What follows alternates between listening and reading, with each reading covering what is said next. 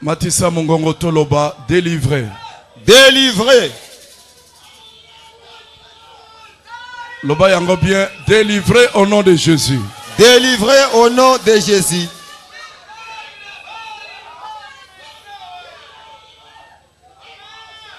Tika kokanga monoko. Yo yebi bana nini bazotungisa yo. Oyebi ndenge mama ya bana to papa ya bana azali kotungisa libota. Na ba comportement pe elobeli oyo elongo banite. Qu'est-ce que vous allez faire? Nini esengeli okosala? Langage mabe, ezaleli mabe. Ezalaka na kisi na pharmacie te. Kisi nango ezali kokangolama. Amen. Loba délivré au nom de Jésus. Délivré au nom de Jésus. Ata mokonzi ya musala, ata collègue esika ya musala, ata voisin bisika ofandaka, ya yo nyonso ezaka kamabe, osali tout po bozala na kimi azo lingate. Maloba na ye eswaka yo na motema. Kaka ndenge oye prière boyo soki ozongi a changé yo a cotisé na molimo na ye bino nyonso bo baby. Makambo na ye etikala ya ye milimo na ye etikala ya ye moko. Mais pour na yo zala délivrer au nom de Jésus. Lobali susu délivré au nom de Jésus. Délivré au nom de Jésus. Guéri au nom de Jésus. Guéri au nom de Jésus. Beta maboko loba guéri au nom de Jésus. Guéri au nom de Jésus. Délivré au nom de Jésus. Délivré au nom de Jésus. Oui, oui. Acclamons tous. Bakisa Mololo. Akombora Yesu.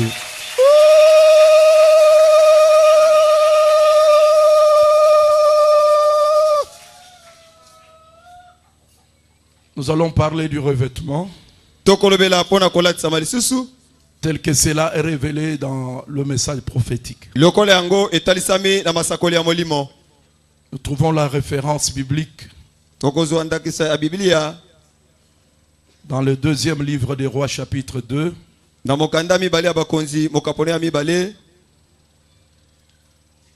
Verset 8.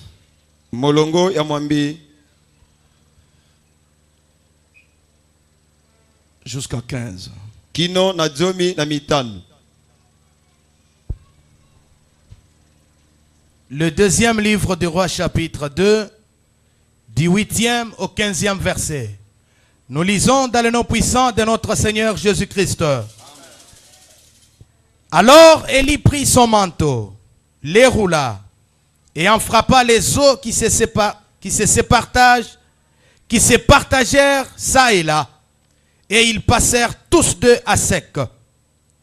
Lorsqu'ils eurent passé, Élie dit à Élisée, demande ce que tu veux que je fasse pour toi, avant que je sois enlevé d'avec toi.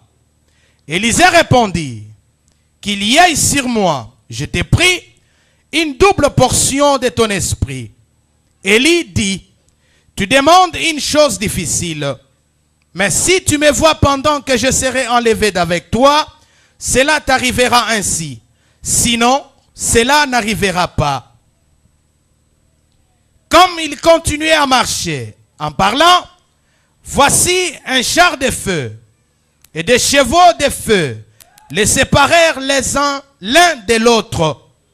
Et Élie monta au ciel dans un tourbillon. Élisée regardait et criait, mon père, char d'Israël et sa cavalerie. Et il ne les vit plus. Saisissant alors ses vêtements, il les déchira en des morceaux. Et il releva les manteaux qu'Élie avait laissés tomber. Puis il retourna et s'arrêta au bord du Jourdain. Il prit les manteaux qu'Élie avait laissés tomber et il en frappa les eaux et dit, où est l'Éternel, le Dieu d'Élie? Lui aussi, il frappa les eaux qui se partagèrent ça et là, et Élisée passa. Les fils des prophètes qui étaient à Jéricho, vis-à-vis, l'ayant vu, dirent: l'esprit d'Élie repose sur Élisée. Et ils allèrent à sa rencontre et se prosternèrent contre terre devant lui. Amen. Eliya wakagohola chikowelu chende wakachivunga wakatutaha mayi ni mayi akahanduluka ekuneku bubidi bwabo bakasabuka habula babuma hakasabukabu Eliya wakambila Elishene ulomba chinji mwakukwenzela jambeji nchimwanje kubandi shibo kuti Elish wakamwambila ne ndingusengelela ne witabusha bwa bitwa bibiji byanyuma webe bikala kunji ye wakamba ne wewe wakulomba bwa lubukola kadibi wantangila hanga bandi shibo kuti bwalu ne bwenshibwa bumujijebe kadibi wikala kuyuntangila bwalu kabwena bwenshibwa hakachiri ubenda bayikila monai jikalo jakahya ne tubalo twakahya byakamweneka byakabahandulula ne Eliya wakabandishiwa mujulu mumfunda Elisha wakamumona wakela didiendane tatu wanyu jikalo ja Israel ni badibenda hatubalo twaji ye wakamutangila kabichi ye wakavula bilulu byenda wakabihanda bihese bibichi wakambula chikowelu cha Eli chakahona kuji wakahingana wakimana kumwelelu wa Yaden wakangata chikowelu cha Eli chakahona kudiachi wakatutahamai wakambane Jehova zambi wa Eli ujukwehi hakatuta ihamai maya akahanduluka ekuneku Elisha wakasabuka hakamutangila bana balumba ba profeta bakari kuyeleko bakambilana ne nyuma wakajinenda Eli wakutulukila Elish bakalo kumwakijila bakimana hash kumpala kwenda yeya. Amen. Amen.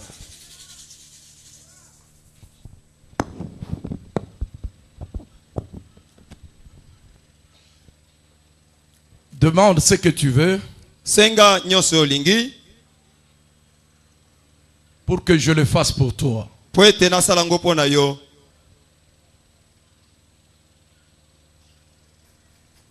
Je sais que ce matin, chacun de nous a Nayebi besoin de quelque chose. ete na tongo oyo moko na moko ata biso aza posa na iloko moko. Et nous sommes tous les bienvenus Pe tozali biso banso boye malamu parce que nous venons nous adresser à celui qui peut tout.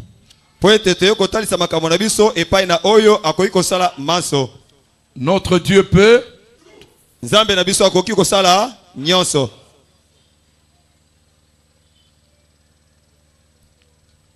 Je le dis avec conviction.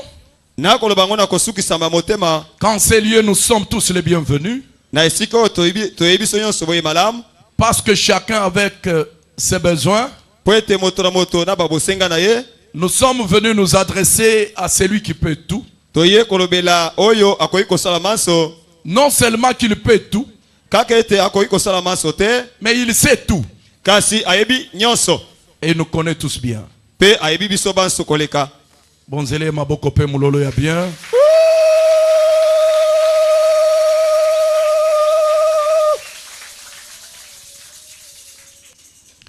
Mais j'ai trouvé qu'il est écrit dans la Bible que dans nos prières, nous ne savons pas ce qui nous convient de demander. Boye nakuti ete komami na Biblia ete kati na losambo na biso toyebi oyo esengeli kosenga te.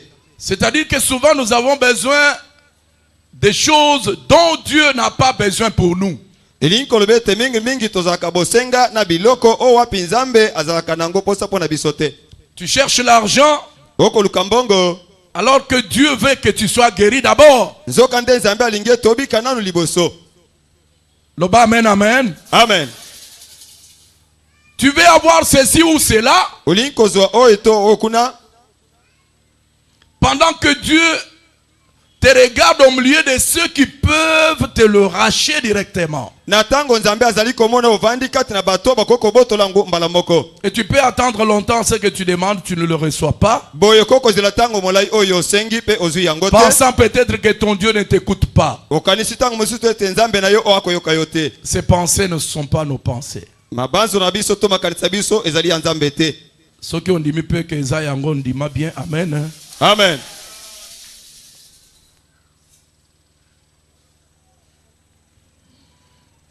Je vous rappelle cette belle histoire que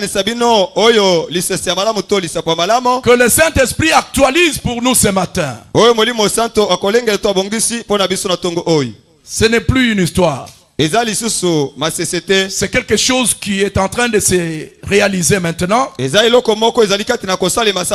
Dans ta vie et dans ma vie. Selon que l'Éternel l'a révélé aux prophètes. Ils étaient ensemble en train de faire chemin. Il s'agit du prophète Élie et Élisée.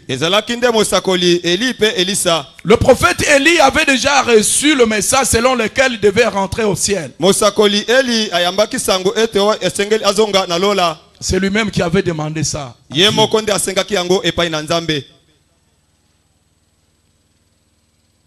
Il était fatigué du combat. Il a dit à Dieu, je ne suis pas meilleur que mes pères. Zwangana kende kopema.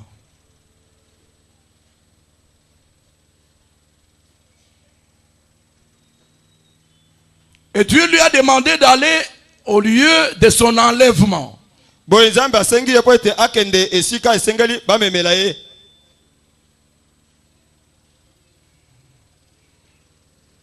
Ils étaient à Gilgal. Il dit à Élisée, reste ici parce que Dieu me cherche à Bethel.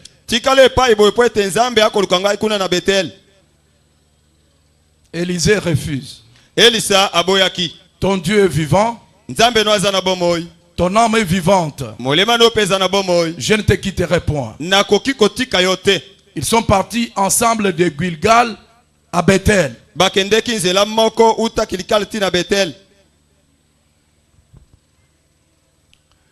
De Bethel à Jéricho. Élisée refuse de rester.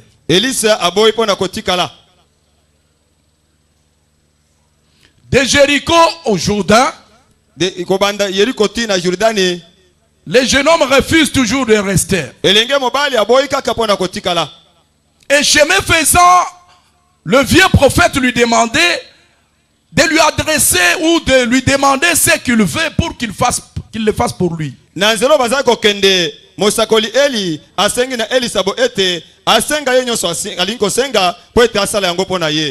Élisée avait déjà remarqué que son père Élie opérait de grandes choses avec Dieu. Au lieu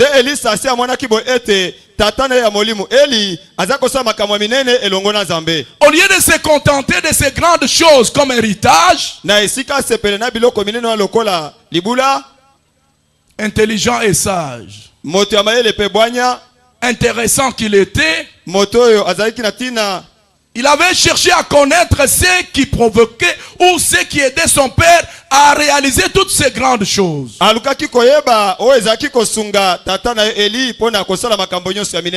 il avait compris que son père Élie était habité, était animé par un esprit de puissance.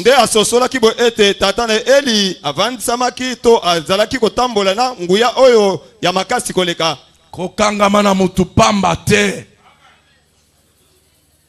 Kolanda mutu pamba pamba te. Kokangama na mutu kaka pona mbongo te, pona kolia te, pona kolata te. Lukaya mutu ya katina ye. Amen. O lukaya nini? Ya mutu ya. Ya mutu ya eza oyo esala kaete mutu wana azala. Soki asunga kayo, soki alatisa kayo, afutela kayo classe, asupporta kayo. Ye azuela kayango wapi, e utaka wapi. Élisée avait compris ça. Elisa asosolaki yango malamu. C'est pourquoi là où on lui demandait par son père de rester, Nde na yango tango bazali kosenga pa tata na ete atikala. en lui disant demande tout ce que je veux, Na tout ce que tu veux, Na koloba na ete senga nyonso olingi. je vais le faire pour toi. Nalingi kosala yango mpo na yo. Il n'avait pas accepté. Andimaki te. Jusqu'au dernier rendez-vous, Kino na bokutani ya suka. ils sont au bord du Jourdain. Bazali na ebale ya Yordani. Mais reste ici quand même. Bo etikalawa. Tu ne restes pas avide. Demande ce que tu veux. Okotikala pamba te senga nyonso olingi. Non, non. Te. Ton Dieu est vivant, ton âme est vivante. J'irai avec toi. Nzambe no azana bomoi, molema no ezana bomoi. Na kokende longo na yo. Alors il voit son père faire quelque chose d'extraordinaire. Nde amoni tata ne kosalika moko ya kokamwa. Son père enlève son manteau. Tata na ye alongoli kazaka na ye. Ils sont au bord du Jourdain. Bazali na ebale ya Yordani. Pas de bateau, pas de pirogue, pas de pont. Boato ya lite mpe ekatele ezali te. Son père déroule son manteau. Tata na ye alingi kazaka na ye. Il en frappe les eaux. Abete yango na mai. Et les eaux se séparent. Mai ekabwani. Il traverse à sec. Bakatisi mokili ya kokauka. Lobayete Yesu. Yesu Yango na yebisi yo ete fongola matoi na yo. Bisika nyonso batia barrière. Bakoko na yo bakatisa te. Baboti bakatisa te. Bayaya bakatisa te. Po balata kite. Mais po na yo kosala nini o? Na kokatisa. Belela Yesu. Yesu Barrière yango barrière nini? Mayata ya ndilo yo kokatisa ndilo makolo. Oui, ce que yebi kona age peut-être. Tolobi amen amen. Amen. Mai e kauki bakatisi makolo. Mai emeli bango te. Nazolo bapamba te. Na yebi barrière oyo bateli yo te. Mais aho tozolo baboye na kombo na Yesu Kristo. Mai wana isala nini? Eka bwana. Mai wana isala nini? Eka bwana. Soki eza ya mozindo nini? Soki bapesa yango kombo ya bokono. Balobi incurable. Et pas na Yesu. Bokono oyo esilaka te ezalaka Te. tolobi amen amen. Amen. Bakatisi bakei na ngambo. Baza déjà na ngambo kuna.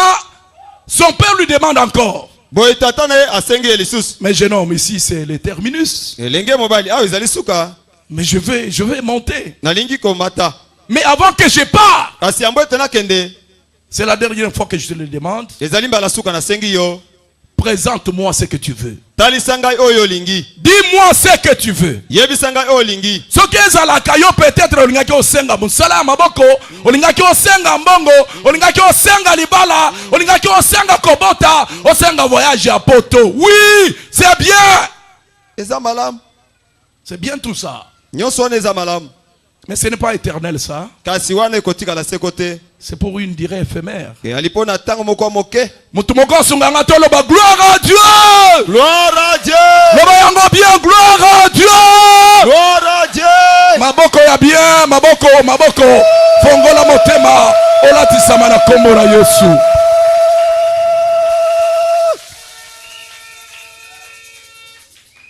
Demande-moi ce que tu veux. Senganga oyo lingi. Pour que je te le fasse. Po ete nasali oyo yango. Maintenant, Élisée ouvre sa bouche courageusement. Sasa ipi Elisa fongoli monokone na mpiko nyonso. Je vais recevoir Nalingi koyamba.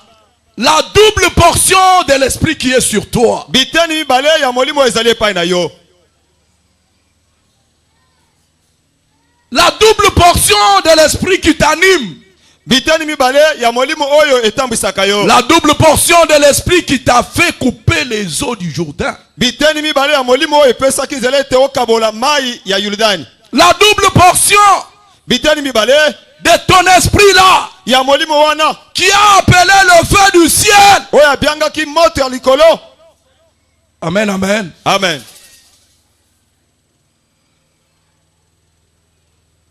La double portion Biteni mibale de l'esprit qui a fait ressusciter le fils de la veuve. ya molimo oyo esekwisaki mwana ya mwasi akufeli mobali. La double portion Biteni mibale de l'esprit qui a nourri la veuve, son fils et nous-mêmes pendant une crise extraordinaire. biteni mibale ya molimo oyo eleisaki mwasi oyo akufeli mobali na Je mwana na vis, ye je na biso vis. moko elongo. J'ai vu tout ça. Namonaki nyonso wana. Je t'ai vu faire tout ça. Namoni yo kosala nyonso wana. Tu étais animé d'un esprit. Ozalaki kokambama na molimo. Mais moi, Kasi ngai je voudrais le recevoir nalingi koyamba yango 2 fois. mbala mibale. Gloire à Dieu. Papa na ye aningisi moto alobi mwana eloko sengi eleki. Makasi. Oh, bino boye Bible te. Eloko sengi eleki. Makasi. Oyo sengi osengi mwana nanga eza makasi. Mais ce qui olingi otalanga bakozwanga bakonetolanga na mutu na yo nakokende. Mais ce qui otalinga malam double portion oyo yo osengi wana ekopesamela yo. Amen. Mais ce qui otalinga bien te okozwa te. Na biloko na lobaki na yo senga oboyi na double portion ozo senga ce qui otalinga te okozwa eloko te.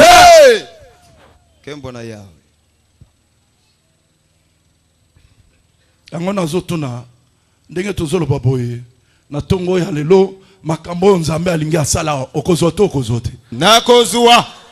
Pona moni bato mosusu bazonimba bamosusu bazo bayoki malili tango moyo ezalaka awa bamosusu bazalaka bamushwar boy sikoyo Nzambe asali moyo ezate toza moi bien mais ye azo profiter moi pioyo azolala tozo te ye azolala nazo tuna okozwa to okozwa te. Nakozwa. Bawo bakozwa tobeleli Yesu. Bawo bakozwa tobelela Yesu. Bawo bazozwa ya mutuya totelema tobelela Yesu. Bawo boy kotelema bokotelema tobandeli Yesu.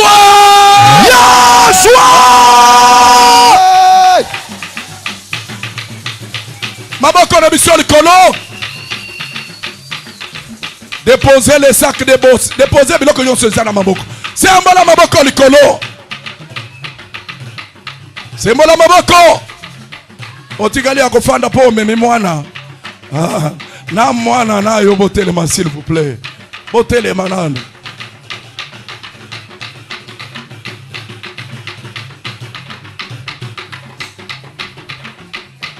Matisa maloba toloba.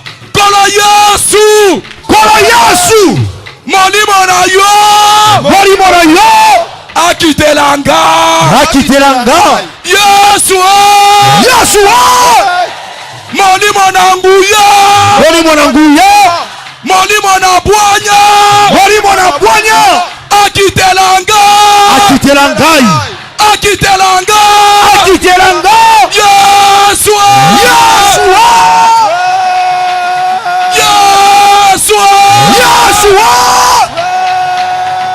Beta maboko loba akita. Molimo akitela yo. Molimo akota kati na yo. Akitela maboko na Yesu.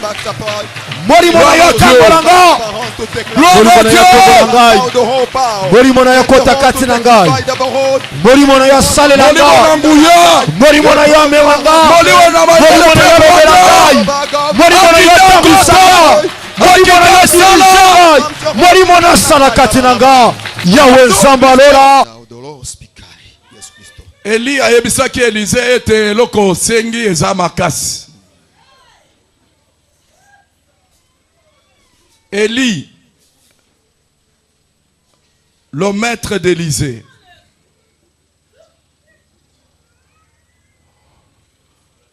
Élie, le patron d'Élysée. Aebisaki mwana ete eloko sengeza makasi. Mais yabiso mokonzi. Epai na ye ya makasi to oye koki kosalama na vie ya moto eza te oye koki kozanga kosalama na vie na yo eza te. Amen. Non seulement ya makasi, mais même ce qui est impossible liboso na ye ezalaka te.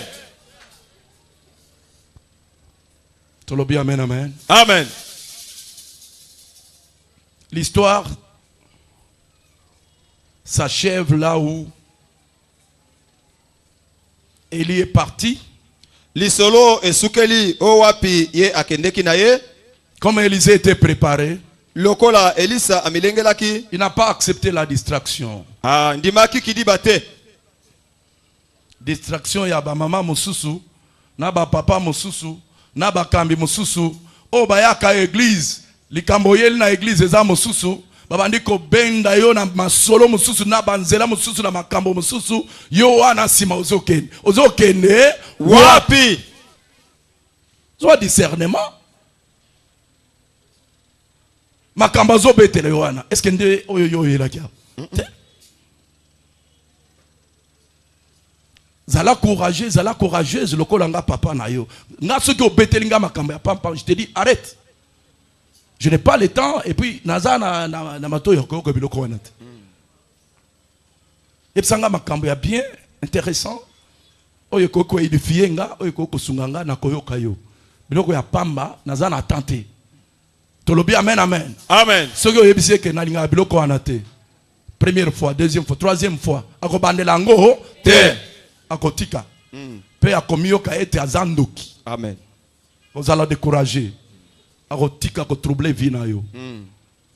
Est-ce que vous comprenez ce que je vous dis? Oui. Il y a des gens qui viennent distraire les gens. Ezana bato baya kopesa kidibe pa bato.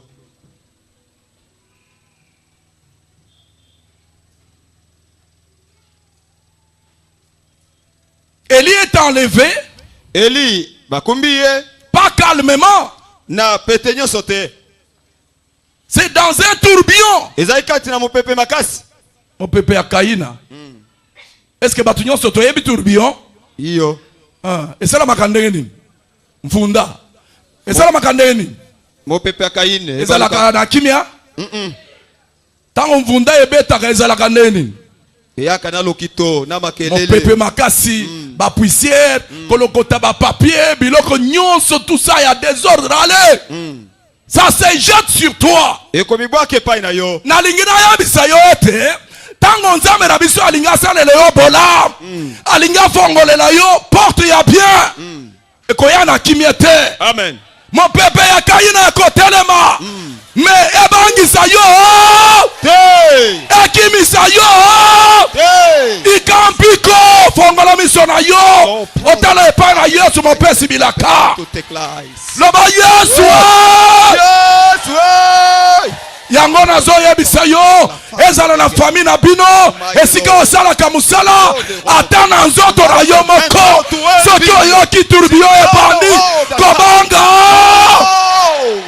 sembola loboko ezala bademo bazotungisa yo batelemisele yo bitumba babimisi makambo na libala na yo na famille na bino elonga yo belela Yesu Zambalola yo. Zambalola mon peuple wana aime mayote. Zambalola yo. Mon peuple wana aime mayote. Na kombo na Yesu.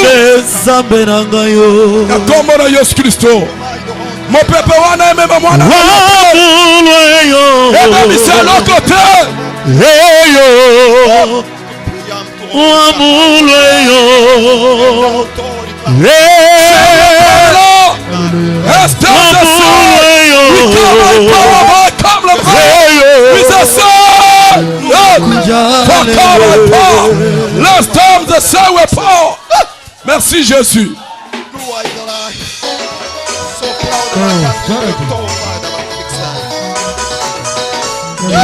Zamalola, Zamalola, Yes, Christ. Zamalola, Zamalola, Yima Zamalola, Zamalola, Zamalola, Zamalola, Yone Zambelanga yo.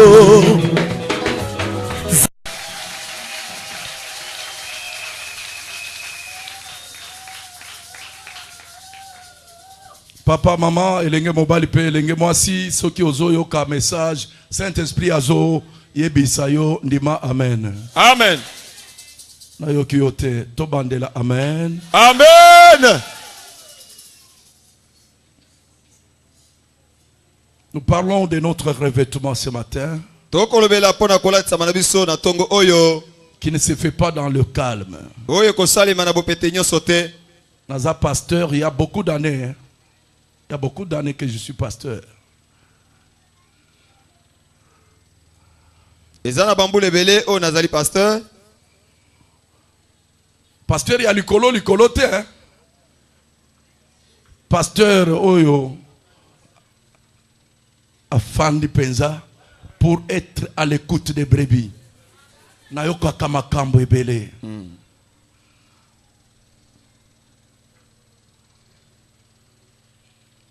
Le Saint-Esprit me demande de te consoler.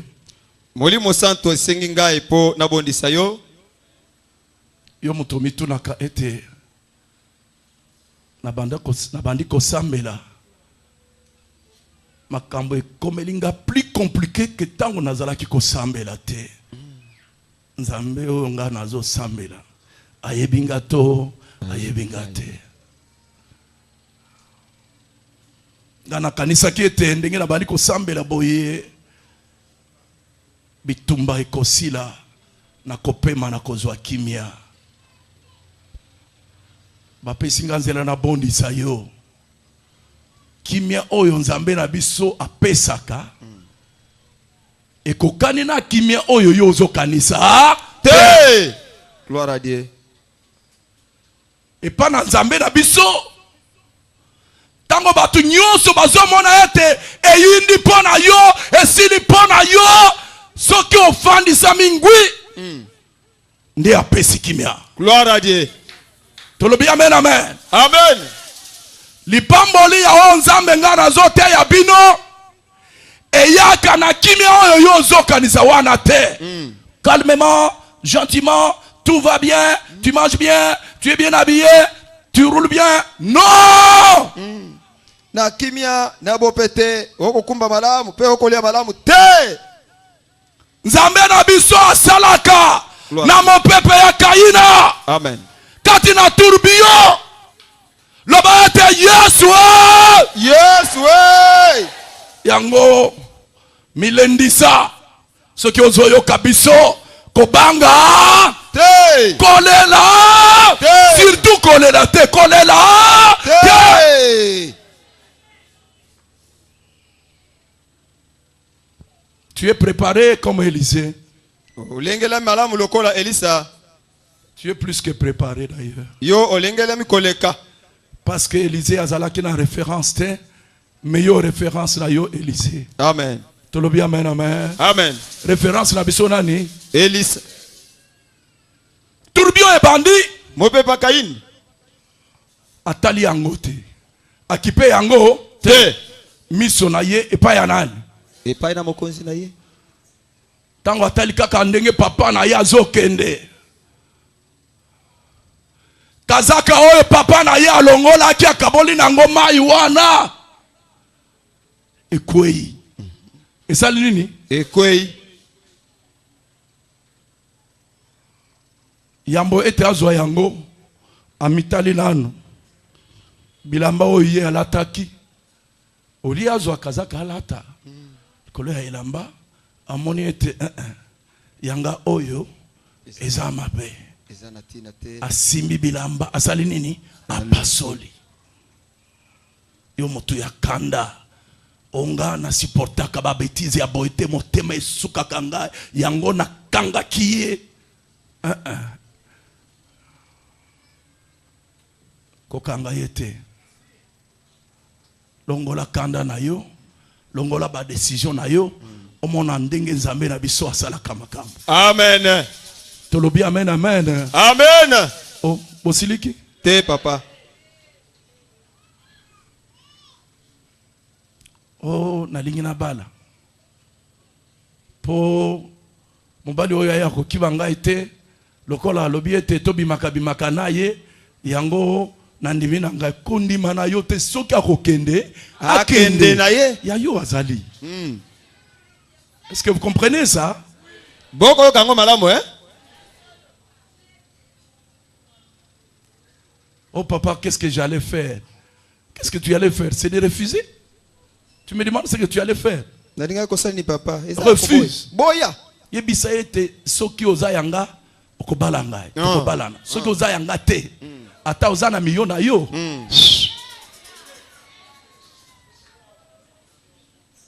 Tolobi amen. Amen.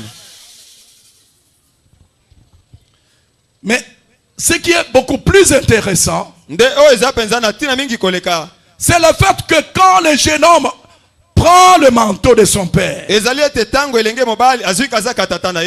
est là-bas, il est comme souci. Là, il est là-bas. Abandi kozonga.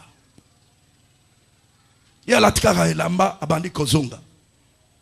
Akomi bisika bakatisaki wana. C'est ça notre problème. Quand tu es dans l'église, tu as ambiance spirituelle, tout ça, tout ça. Si tu es là, wa te. Moko na moko osala nini? Akozonga. Sko tango zo kende, toza lisusu awate. Pasteur Pierre azate, basakoli bazate, mbunda ezate.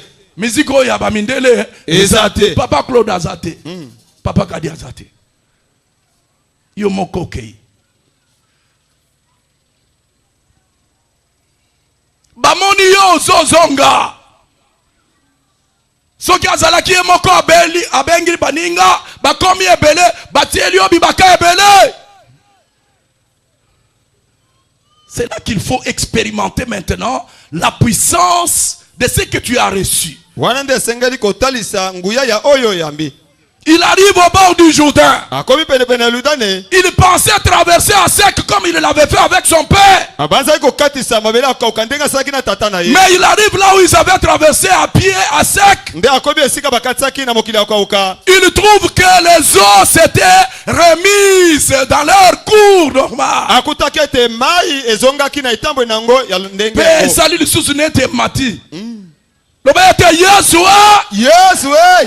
Il n'a pas cherché de midi à 14h parce qu'il avait déjà une référence. Alongoli Kazak. Amen. Takandenge papa na ya salaki. Asalini? Alongoli Kazak. Pe atalima ya Jourdain. Azotuna yango ete awo botikali kokangelanga nzela boye. Bokanisi ete nzambe ya tata nanga Eli akei wapi? C'est ça la question qui est posée là-bas. Élisée a dit, où est l'éternel Dieu d'Élie? Est-ce qu'il est avec moi? Ou je l'ai laissé quelque part dans le tourbillon qui m'a distrait? Et si le Dieu de mon père est avec moi, les eaux de Jourdain,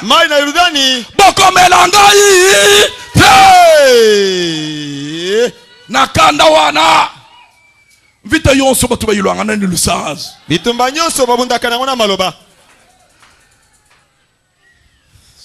Où est le Dieu de mon père? Où est le Dieu d'Élie? La même formule. Il va utiliser aussi les manteaux. Il en frappe les eaux du Jourdain. Mayeyo ki fimbo wana. Esalini. Nzela nyonso yo bakangaki. ezala ya musala, ezala ya mbongo, ezala ya voyage, ezala nzela nini, na kombo na Yesu Kristo ezala nini Panzana. ezala nini Panzana. Yesu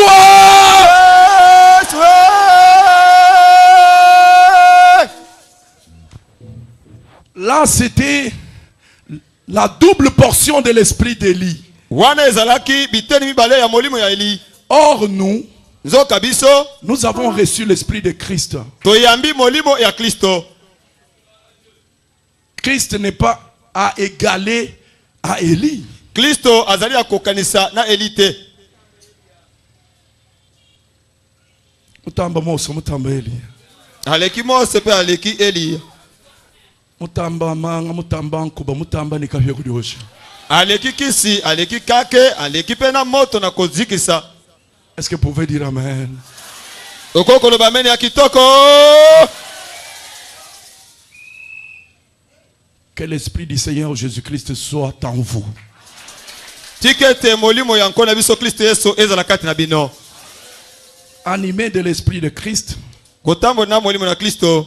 motangi ya lingala azoa, tosilisa awa. Et nous faisons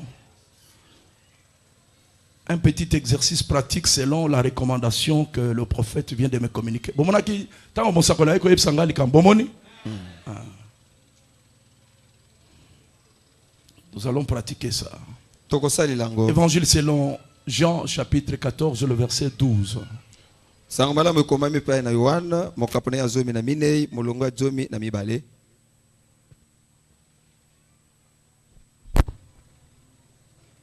Jean chapitre 14, verset 12. Lingomba tozotanga na kombo na Yesu Kristo. Nazali koloba na bino. Nazali koloba na bino ya solo. Moto oyo andimi ngai. Akosala pe misala oyo ngai nasalaka.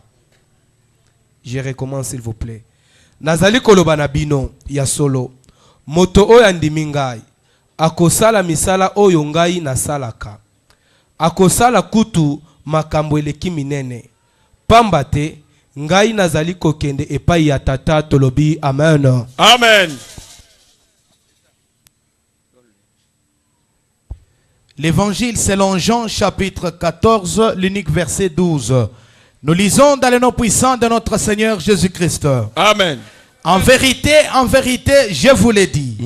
Celui qui croit en moi fera aussi les œuvres que je fais. Celui qui croit en moi fera aussi les œuvres que je fais. Et il en fera de plus grandes. Parce que je m'en vais au Père. Amen. Amen. En vérité, je vous le dis. Solo nalobi na bino. Celui qui croit en moi Oya kondimela ngai fera aussi les œuvres que je fais. akosala pe misala onga na sali. Et il en fera de plus grandes. Mpe akosala ngo mingi koleka. Pour la simple raison que je m'en vais. Pamba te Okay. ngai na kokende epai na tata. Mettez-le mon consume beaucoup.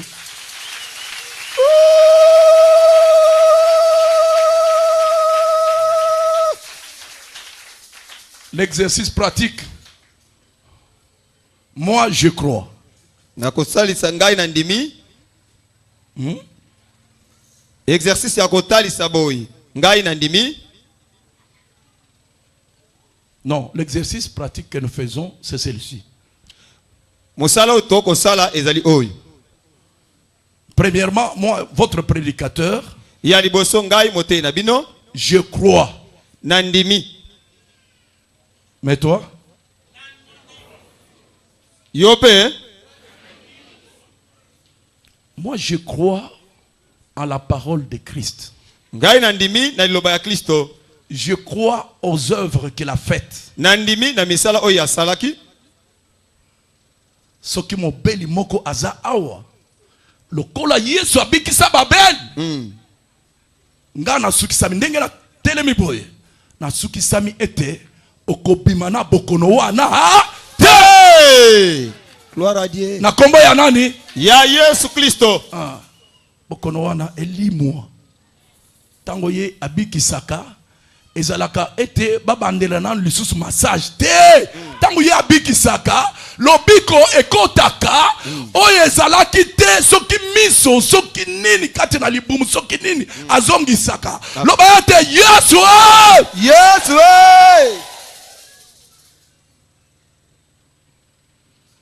makambo oyo ye asala eleki minene eleki pe ebele nakoki kotanga yango nyonso te mais awa alobi ete ya solo oyo nyonso akondimela ngai akosala pe lokola ya Elise asalaki makambo oyo papa na ye Eli asalaki yo pe lokola mondimi na Yesu makambo oyo Yesu asalaki balobi pasteur te balobi oyo nyonso akondima. Amen, amen, amen. Azala mobali azala mwasi makambo oyo Yesu asala ye pe akosala yango. Yesu abakisi ete kutu ya yo ekozala mingi koleka. Bon, soki ozana makasi ya kosala bongo te tolingi to bakisela yo dose ya kondima tokobeta maboko tango bazoyemba Nzambe ya makambo ya minene Nzambe ya makambo ya minene po kondima na yo emata na ndako na yo soki otiki na kwe ya ndako demo moko boye ya munene oyo atungisaka yo latisama na molimo. Amen. Ndima ete tango kozonga okokuta ye te Nzambe ya makambo ya minene ozana blocage nini ozana pasi nini ozoluka eloko nini ozoluka nini ozoluka nini. Yes please. Ozoluka nini. Yes please. Tondisama na kondima. Yes please. Yesu alobi ete okosala oyo ye asala abikisa babeli asekisa bakufi bisika batu bazalaki na eloko ya kolia te ye apesa bango biloko ya kolia na nzela ya miracle. Amen. À mon nom ils chasseront les démons. Ils parleront des nouvelles là. Ils s'imposeront les mains aux malades.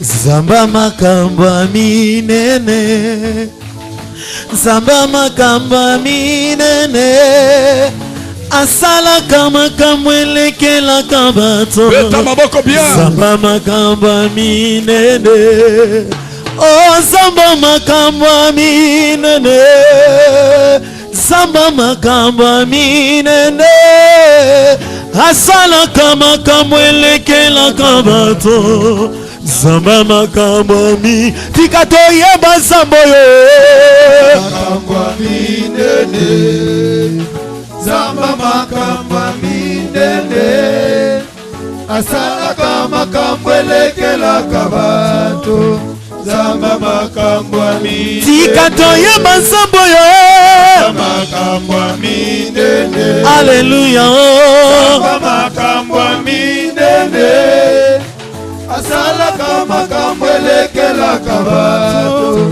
Zamba makamba minene Zamba makamba minene Zamba makamba minene Asala kama kamwe kamwisa kabato Zamba makamba mi tikato yamba zambo yo makamba minene Hallelujah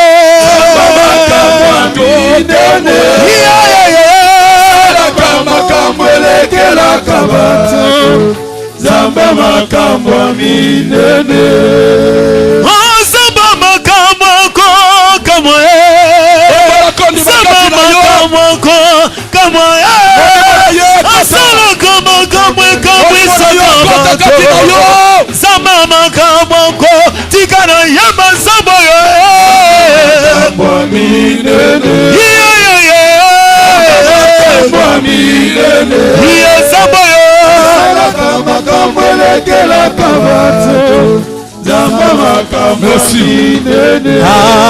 Kolo na bilembo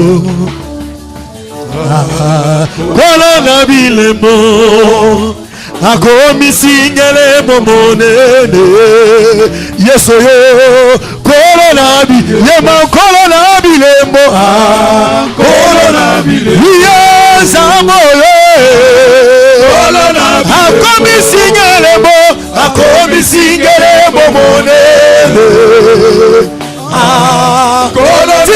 yama kolo na bilembo. Yende kolo na bilembo. Akomi singelembo. Elembo mone. Kolo. Tikana yama kolo na bilembo. Kolo na bilembo. Akomi singelembo monene.